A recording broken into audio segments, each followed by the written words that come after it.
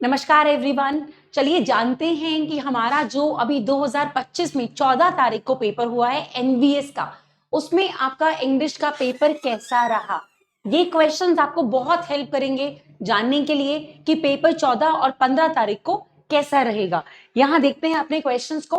पहला क्वेश्चन जो इंग्लिश में आया है, choose the option that comes choose the options which correctly identifies the type of the given sentence. हमको बताना है कि सेंटेंस कौन से टाइप का है। हाँ जी, फटाफट से बताइए इसका आंसर क्या होगा। तो ये देखिए, इसका आंसर होना चाहिए हमारा, क्योंकि ये शुरू किससे हो रहा है, वर्ब की फर्स्ट फॉर्म से शुरू हो रहा है। जो वर्ब की फर्स्ट फॉर्म से शुरू होता है वो क्या कहलाता है, वो कहलाता है इंपेरेटिव सेंटेंस। तो ये हमारा कौन सा है, इंपेरेटिव सेंटेंस है। Next question, choose the word nearest in the meaning to the given word.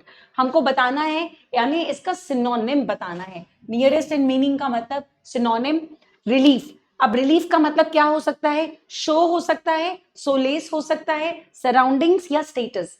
बेटा स्टेटस का मतलब है कि आप किस ओहदे पर हैं, सराउंडिंग मतलब आपकी चारों तरफ की चीजें, शो मतलब दिखाना, सोलेस का मतलब होता है किसी को आराम पहुंचाना।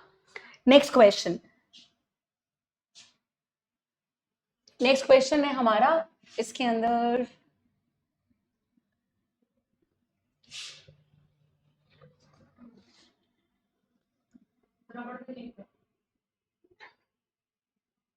क्लिक ही नहीं कर रहा, ऊपर ही नहीं जा रही है।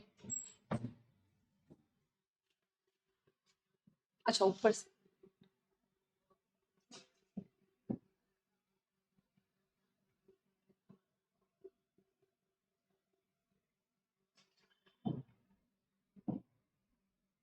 क्या हो गया भाई, देखो।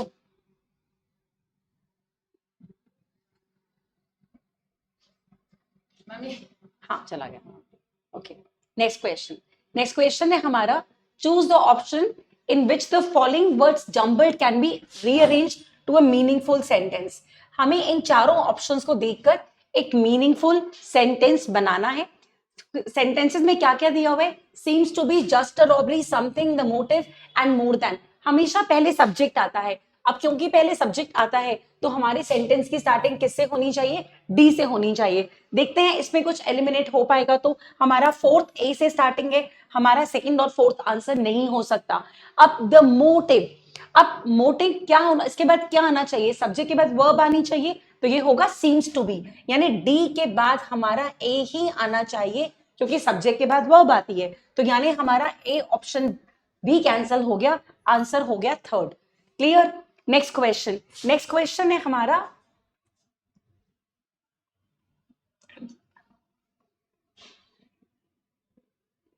choose the option in which the given sentence has been changed from active to passive voice। हमें एक सेंटेंस गिवन है, एक्टिव से पैसिव करना है। सेंटेंस है someone drove the car। अब जो कार है वो सब्जेक्ट है, वो सेंटेंस के बिगनिंग में आना चाहिए। यहाँ पे वर्ब की सेकेंड फॉर्म है। अगर वर्ब की सेकेंड फॉर्म है तो पैसिव के अंदर वॉज वर्ब के साथ वर्ब की थर्ड फॉर्म लगानी चाहिए। चलिए देखते हैं, इसके बेसिस पे कुछ एलिमिनेट हो जाता है। तो यहाँ पे हैज था, एलिमिनेट हो गया, यहाँ पे हैड था, एलिमिनेट हो गया। अब या तो आंसर फर्स्ट है या आंसर थर्ड। अब देखिए यहाँ पे लिखा है बाय द ड्राइवर, लेकिन क्या सेंटेंस में बाय द ड्राइवर कहीं पे मेंशन था, नहीं था, तो फर्स्ट भी एलिमिनेट हो गया, आंसर आ गया हमारा थर्ड।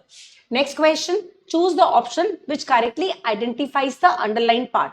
हमको बताना है जो अंडरलाइन पार्ट है वो कौन सा क्लॉज है, प्रिंसिपल, नाउन, एडवर्ब या एडजेक्टिव। अगेन सेम लॉजिक लगाना है, सब्जेक्ट के बाद वर्ब गिवन है, राइट। आई विश, यहाँ पे सॉरी, सब्जेक्ट के बाद वर्ब गिवन है।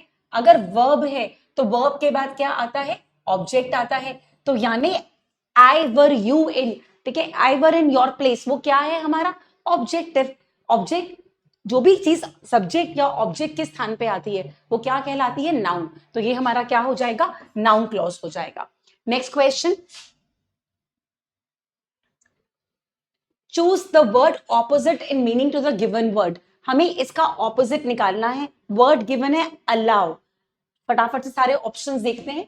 ये इसमें गिवन है डिजाइन, डिजाइन का मतलब कोई भी चित्रकारी करना, कुछ बनाना, ये अलाउ से बिल्कुल मैच नहीं करता, इसको एलिमिनेट कर दो। ड्रिवल, कोई, this is not a standard word. Block भी नहीं होगा, ड्राइव का मतलब है चलाना, तो आंसर क्या हो गया, ब्लॉक। ब्लॉक हमारा, अलाउ का मतलब किसी को परमिशन देना, ब्लॉक मतलब किसी को आप ब्लॉक कर दें, उसको आप कुछ काम करने की परमिशन ना दें। नेक्स्ट क्वेश्चन देखते हैं। नेक्स्ट क्वेश्चन है हमारा, हमको बताना है कि जो अंडरलाइन पार्ट है वो कौन सा पार्ट ऑफ स्पीच है। I am sure you will win. अब जैसे आप बोलते हैं ना कि I am tall, I am short, I am happy, I am sad, ऐसे ही वो कह रहा है आई एम श्योर। तो यहाँ पे श्योर क्या हुआ, ये हमारा हो गया एडजेक्टिव, ये हमारा यहाँ पे एडजेक्टिव का काम कर रहा है। Next question, choose the option which correctly identifies the tense. हमको बताना है यहाँ पे कौन सा टेंस यूज हुआ है। देखते हैं सारे ऑप्शंस। अब पहले सेंटेंस पढ़ते हैं, आई शैल हैव रीच्ड, तो यहाँ पे शैल लगा के हैव के साथ वर्ब की थर्ड फॉर्म लगाई है, वर्ब की थर्ड फॉर्म लगाई है, तो सबको पता है वो अगर वर्ब की थर्ड फॉर्म है तो परफेक्ट ही होगा, और शैल किस में आता है, फ्यूचर में आता है, तो हमारा आंसर क्या हो जाएगा, future perfect. Next question, choose the option which correctly changes the given sentence from direct to indirect. ये जो क्वेश्चन है हमारा डायरेक्ट से इनडायरेक्ट स्पीच का है। Ram said to Asha, will you share with me your notes। Again जैसे हम करते आए हैं सेट टू क्वेश्चन के लिए, किसमें चेंज होगा, आस्ट में चेंज होगा। आप सेकंड ऑप्शन को और फोर्थ ऑप्शन को एलिमिनेट कर दो, या तो आंसर फर्स्ट होगा या थर्ड होगा। अब यहाँ पे विल को हटा के जो हमारे कोट्स हैं उसको हटा के कौन सा कनेक्टर लगेगा, यहाँ पे आएगा इफ, और जो विल है वो वुड में चेंज हो जाएगा और यू के बाद आ जाएगा, राइट। तो यहां पे उसने विल को वुड में चेंज नहीं किया है, ये भी एलिमिनेट हो जाएगा, आंसर आ जाएगा हमारा थर्ड। लास्ट क्वेश्चन जो हमारा इंग्लिश में आया है वो है, in the following sentence identify the part that contains an error. हमको एरर निकालना है इस क्वेश्चन में।